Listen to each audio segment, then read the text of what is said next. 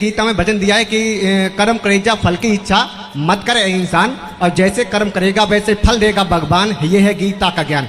तो मैं ये जानना चाहता हूँ, जैसे कि मैं पढ़ाई कर रहा हूँ, अगर मुझे पढ़ाई का महत्व मालूम है कि मैं पढ़ाई करके बीएड करूँगा तो मैं टीचर बनूंगा, और अगर मुझे यही नहीं मालूम है बीएड करके मैं क्या बनूंगा, मैं पढ़ाई करता चलाऊँ करता जाऊँ, उससे कुछ फायदा है ना? कुछ नहीं है ना। बात ऐसी है कि धर्म का ज्ञान होना चाहिए। गीता में लिखा है कर्मण्येवाधिकारस्ते मां फलेषु कदाचन। तू कर्म कर, फल की इच्छा मत कर, क्योंकि फल आपके हाथ में नहीं है।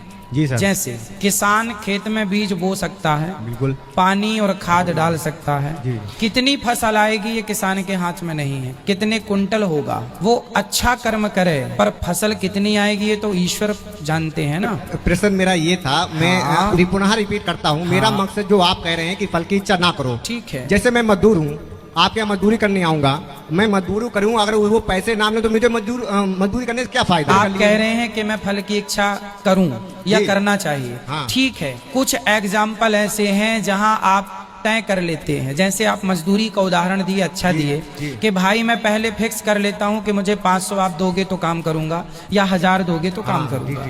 आपने अपना हर कर्म किया, आपने अपनी फैक्ट्री डाली, आपने अपना बिजनेस किया, तो आप कर्म ही तो कर सकते हैं ना। उसका रिस्पॉन्स कितना आएगा, प्रॉफिट कितना होगा, क्या वो आपके हाथ में है? वो लागत के ऊपर निर्भर करेगा ना, जितना मैं लागत लगाऊंगा उसमें होगा उसमें सर। ना ना, लागत लगाने पर भी डूब जाती है, कई बार लागत भी डूब जाती है। पर वो सर प्रकृति का नियम हो जाता है, प्रकृति जो चाहेगी वो होगा। फिर नहीं, वही तो प्रकृति मीन्स ईश्वर, प्रकृति मीन्स परमात्मा।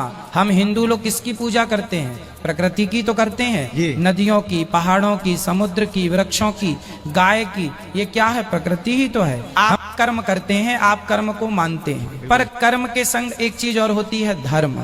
यदि आप अकेला कर्म करेंगे और धर्म का ज्ञान आपको नहीं है तो आप कर्म नहीं कर सकते। माँ बाप की कोई आरती उतारे तो वो भी कर्म कर रहा है, और कोई माँ बाप को लाठी से मार रहा है तो वो भी कर्म ही हो रहा है, क्योंकि आंखों की पलक झपकना भी एक कर्म है, उंगलियों का चलना भी एक कर्म है, आप मेरे से बात कर रहे हैं ये भी एक कर्म है, मैं आपसे बात कर रहा हूँ, कर्म, हर चीज कर्म है। जो हो रहा है वो क्या है?